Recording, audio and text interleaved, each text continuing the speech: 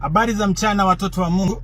Ambaye anawahudumia na kuwahudhuria ni the chairman wa Gospel Music Kenya na Afrika Mashariki kwa jumla. Mimi nataka kuaddress maneno ya Embarambamba. Number one, Embarambamba hajawahi kuwa msanii wa gospel. Embarambamba hajawahi okoka. Embarambamba hajawahi mpokea Yesu kama mwokozi wa maisha yake. Embarambamba ni mwanabiashara. Embarambamba ametoka Kisii akiwa dancer wa Sagero, ambaye ndio msanii mkubwa kabisa wa nyimbo za kidunia wa Kisii.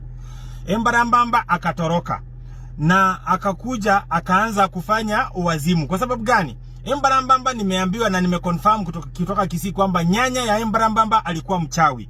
So Embarambamba alikuwa anapenda nyanya yake na akakufa, na Embarambamba akalia sana.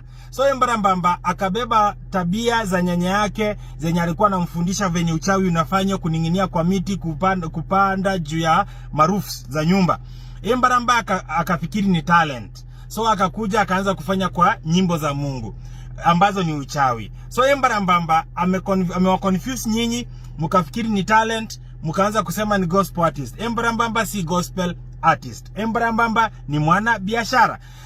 That's why hata leo asubuhi mmeona amesema kufanya ile tabia alifanya kwa kubeba mwanamke kumfanya vile na mwanaume si vibaya. Kwake ni hivyo. So, msiharibie wasanii wa gospel jina. Kuna wasanii wa gospel ambao wanafanya bidii, wanafanya kazi kwa nguvu sana. Tunataka kumake sure kwamba gospel music imerudi juu, ili wasanii wa secular wala ambao wanaharibu Kenya waweze kurudi mahali walitoka. Ili Calligraph aweze kurudi akuwe bouncer kwa club mahali alikuwa, ili Otile Brown arudi Mwembe Tayari Mombasa auze nguo pale alikuwa anauza.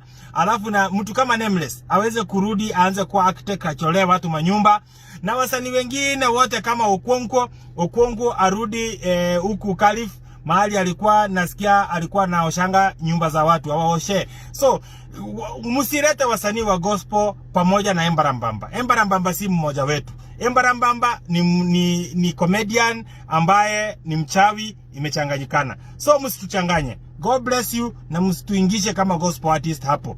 Kabisa, nimesema kama chairman.